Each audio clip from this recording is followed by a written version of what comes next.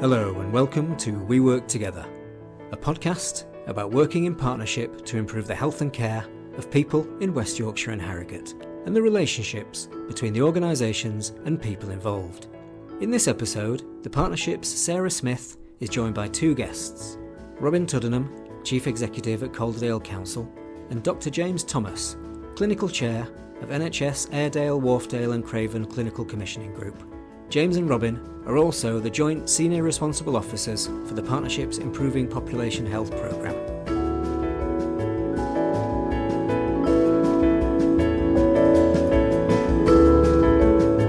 Can you both share a little bit about your leadership journeys? Having two leaders on the podcast, it's a great chance to compare where those stories are similar and where they're different. I think my journey started in some ways at school when one teacher said to me, and I was the first one in my family, do you want to do A-levels? And I'd had no previous experience of even thinking about that.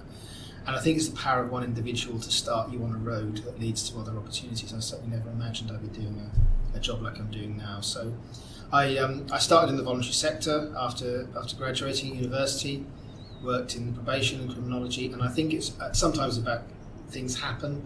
And someone went on secondment. I got given a job which was way above my responsibilities in my early career in local government, which looking back, God knows how I thought I could do it, but you just kind of seize these moments. And that was about leading corporate policy and performance for a London borough in East London in quite a challenging set of circumstances. And that was quite key to me in terms of building on a background in social work, in probation, and I think throwing yourself into that, responding to everything in the political environment has given me the kind of skill set and helped me develop the resilience to kind of do what I do now. It's been a good journey to get to here, and I think I'm still learning.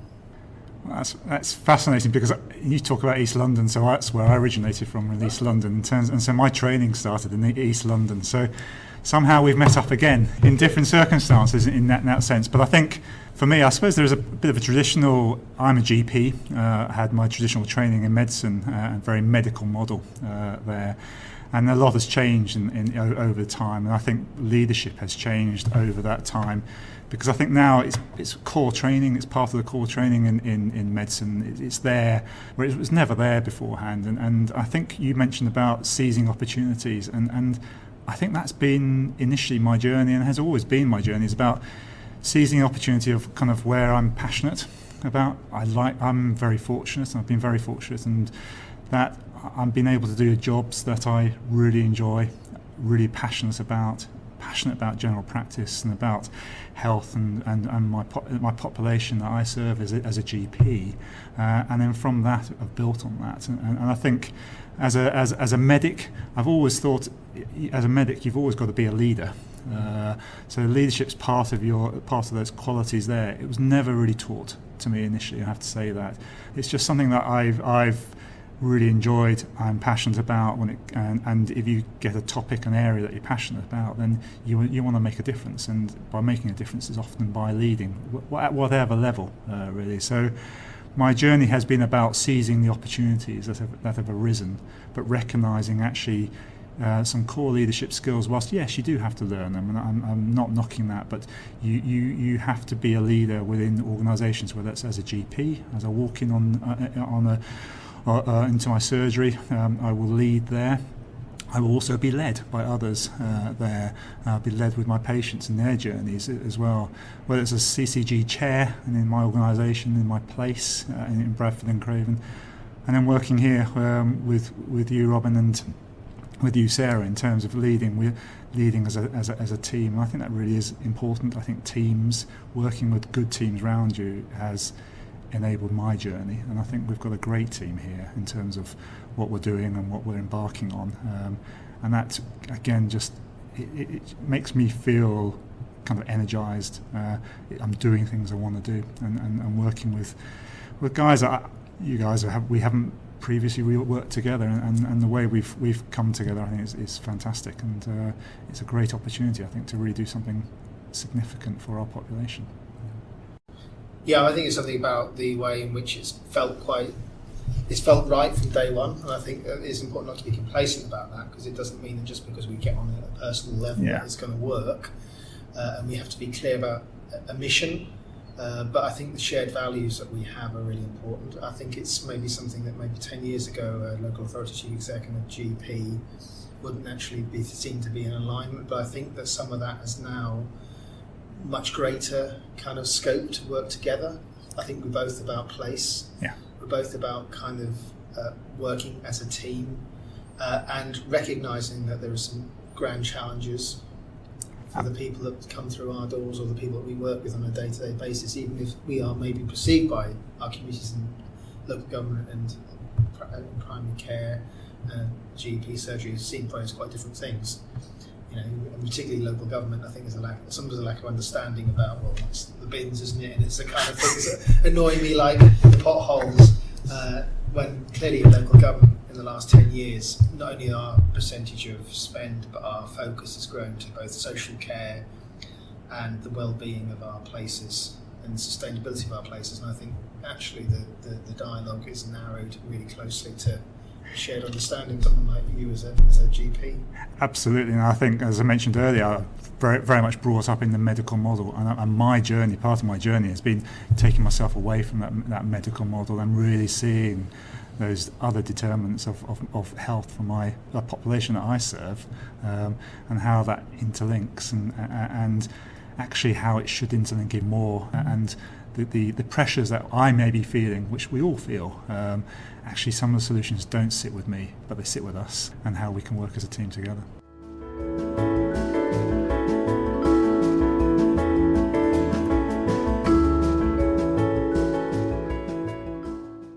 You work together as joint senior responsible officers for the Improving Population Health programme.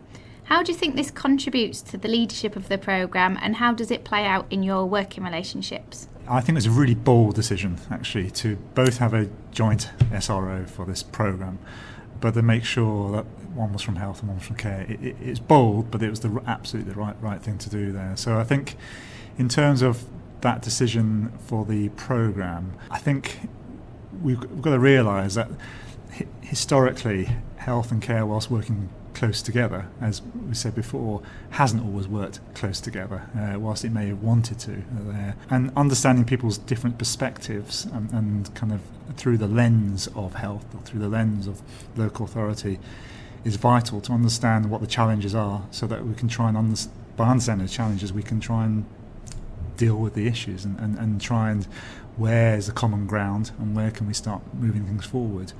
Where do we actually need to challenge the system? And I mean that as the whole system, in terms of actually this is the right thing to do, but we need to work out where the problems are and undo those problems. So I think as a joint leadership, it was absolutely the right thing to do. Clearly, I will say that both of us are the right people to be doing it there, but it's not about the individuals, although the individuals do help in that sense. But I think it's definitely about making sure we have different lenses. And making sure those lenses are able to think about collaboration. It's not about kind of you do it my way or no way at all, which it's absolutely not about. But I think it's important that when you have two leaders, and Sarah, you've got to deal with us, so you can comment as well in terms of how easy it is to deal with us when one person says one thing and the other one doesn't, says another. But I think it is about understanding and then finding that common ground and having a common goal, I think. Yeah. I mean, it is a joy to work with James, and we probably need to have an argument at some point. Big fallout, but we haven't yet. And it's also, I mean, the work you do and the way you lead this as a program director, Sarah, is a joy as well. So that clearly makes a difference and helps it work effectively. I think the point on health, I mean, the thing about health and care is we both do health and care. We both have always done health and care. So it's not about, oh, I do care and you do health, and we make sure it's combined. It's cross-connected. What I like about it, although it's a great idea, I thought about having the joint leads, and it was a privilege to have the opportunity to do it, is it goes back, I think, to the core of local government and health, actually. And I told people the story about the 19th century and how local government developed as it is today, which is about the kind of sanitation, environmental health, and the conditions people live in that actually mean that they can live longer and live productively in the early 19th century. That's where we started. And there was an 1848 Public Health Act that kind of created a doctor of the board, someone from the local authority and someone from business. This isn't new, and so the two things have been twins from day one. So I think it kind of continues that tradition. I also think as a leadership group here, we've got programme director who's got public health background, local authority and health. As a combination, as a senior leadership group within this programme there, I think it's the way forward.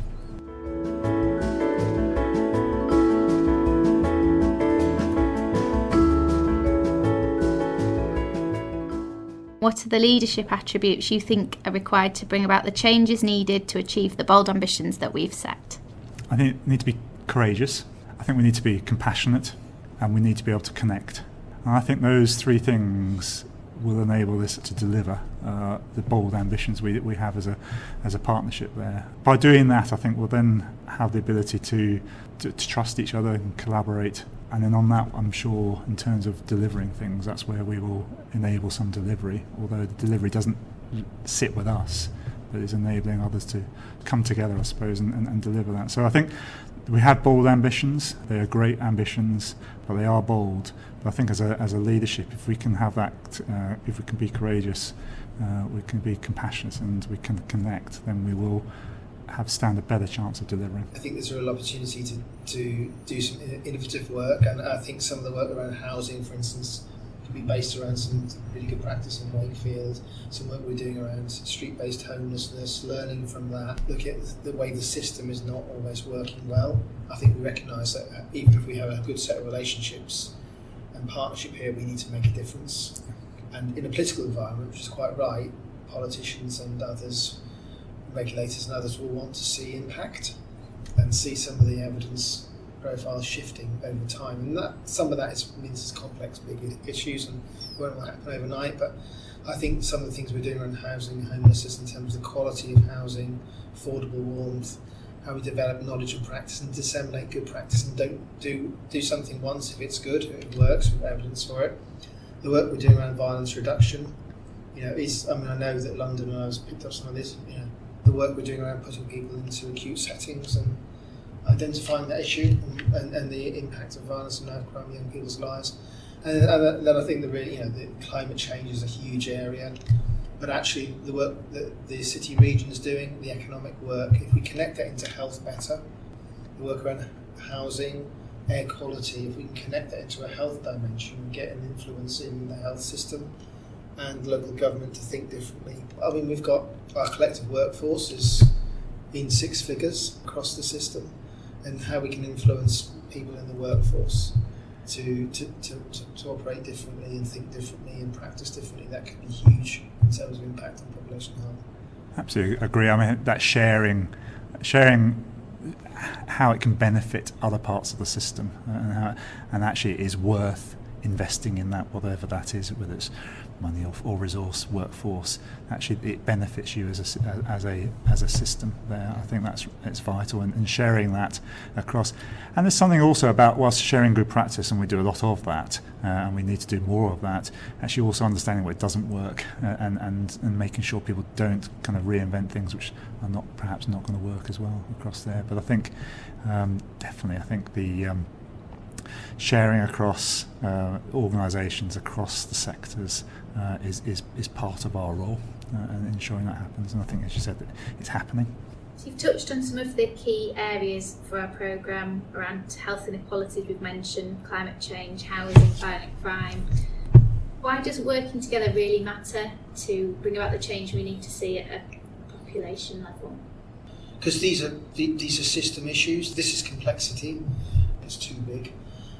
So it needs that level of collaboration and coordination. So I think that's a role. And actually, why would we be seeking to do individual things? So if we think differently around, say, how we travel, how we support a digital agenda to support people to receive health and care in a different way across health and care, that could have a massive impact on behaviour, on air quality, etc. Some of the work that we're doing around people who are street homeless shows that some primary care issues are quite fundamental, that maybe that they may be seen as accessing a drug treatment service, or how can we support their primary care needs through that better? Having a set of common awareness, knowledge and understanding of responding to those health needs from that cohort of people. So I think it's also important that actually, in terms of some of our communities that we're looking at, they may not be big communities in those places, but then actually put them together across West Yorkshire and Harrogate Partnership. Actually, there are communities that we can do something about, and there's a common theme there. And maybe at place it may be harder to do because there's small communities there, but as a partnership, there's something that we can do something about. And I think that's important, because it's avoiding missing communities that may just go under the radar a bit there. So I think the leadership needs to be strong at a partnership level in order to be able to kind of look out for these and be aware of them, and then decide how we go forward with them.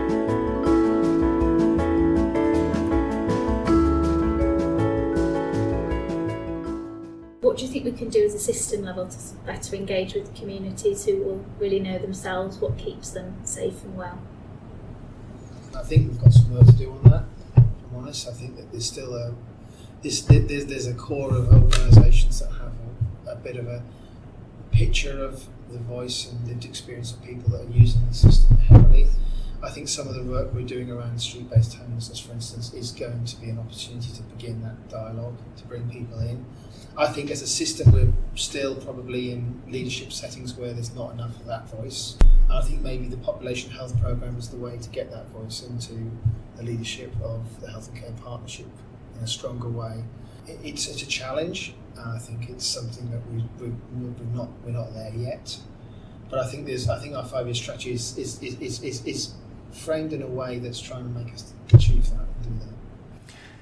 Yeah, it's about making sure we also have those conversations. We have these vertical conversations across the partnerships in place, and it's having those horizontal partnerships so that actually the communities feel that actually the West Yorkshire and Harrogate Partnership they're benefiting from it there, and it's how we communicate some of the stuff that's been mentioned, how it's benefited. How the partnership by having a partnership has benefited those communities there, and that we've listened to them as well. And I think listening is key here, because I think they're there. The solutions are out there. There's no need for the partnership to be thinking up those solutions. It's just making sure that we have an awareness of what's out there and the information's out there, so that we can come together and develop some of those solutions that actually our communities often have. The strategy has case studies of kind of ways in which voice and influence has been experienced in our system, but I think we're still doing quite a lot of engagement in quite a traditional way, and I think that's something that the population health programme needs to look at. I know that we're starting a conversation with comms and engagement about how we use this programme differently, how we radically maybe sort of shift power and voice in a different way. Yeah. I think that's something we will look to do. We will, and I think also to add to that, the personalised care programme as well will give voice to that as well. And I know they're developing their narrative and how they engage and how that's fed back as well. And we need to. It's about interlinking, understanding what each programme's doing, so that we don't kind of duplicate things, and we build on each other's programmes for our own benefits in our programmes, and therefore back into our population.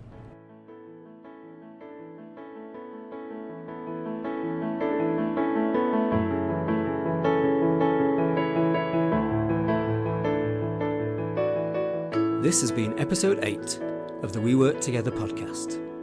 Thanks to Robin, James and Sarah, and thank you for listening. Join us again next time, when we'll be joined by more partners who work together to improve health and care for people in West Yorkshire and Harrogate.